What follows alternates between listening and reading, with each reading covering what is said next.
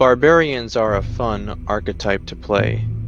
Taking a big hit, dealing a big hit, hitting stuff real hard. But what really makes them interesting is their proclivity towards superstitions. Warriors, yes, but more so barbarians are traditionalists.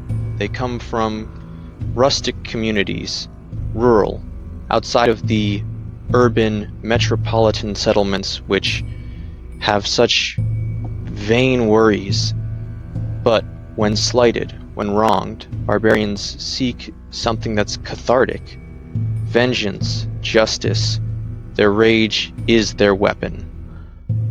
Barbarous Superstitions.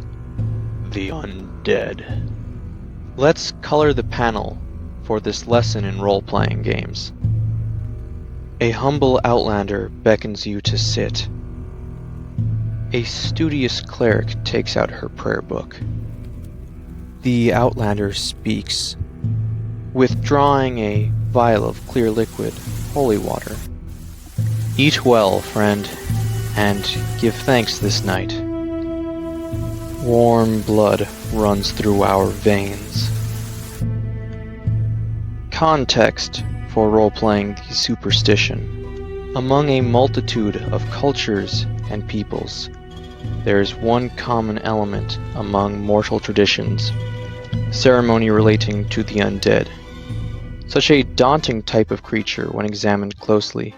Every shambling skeleton, furtive shadow, or foul arch-lich was once flesh and blood, no different than you or I. Ceremonial burial for the deceased has significance no matter the circumstance. A body decays. For sanitary reasons, we dispose of bodies. A body was once a vessel for the living. We respect that in life. The cadaver may have wanted their body to be treated with dignity, and in a world in which the souls of the departed can come back to haunt us, we treat the deceased with great care.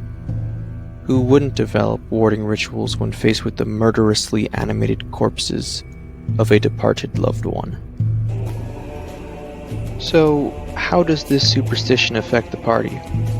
A barbarian might feel apprehensive when combating monsters which resent the living, even cultists and the like.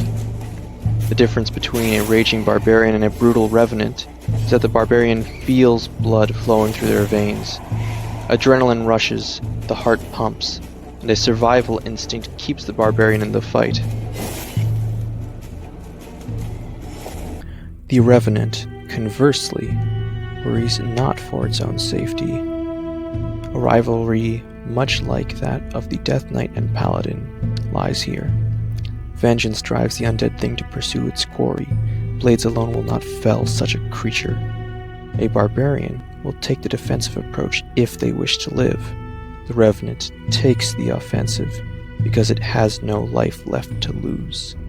For the dungeon masters out there, when your party encounters a vampire with a horde of zombies at her disposal, don't risk your BBEG on the front lines.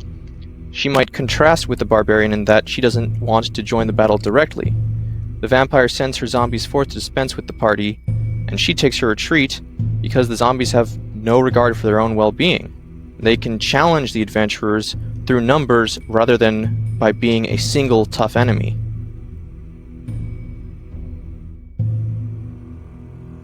So, we see that there are many ways in which you could roleplay your character being superstitious.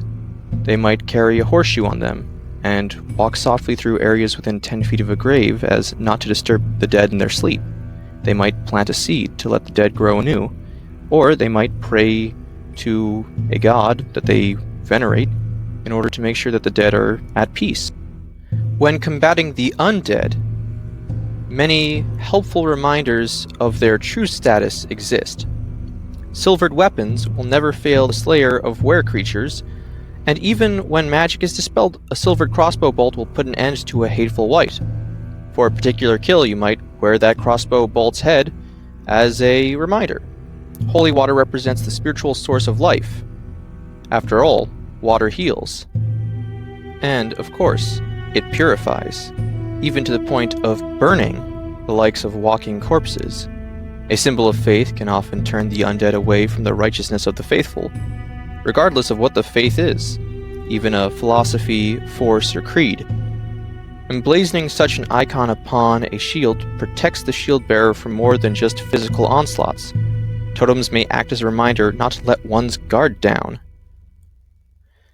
Blunt weapons break frail bones, especially when unprotected by skin and muscle. Although any living creature might contract the same affliction as the dead, there must be one last talisman mentioned.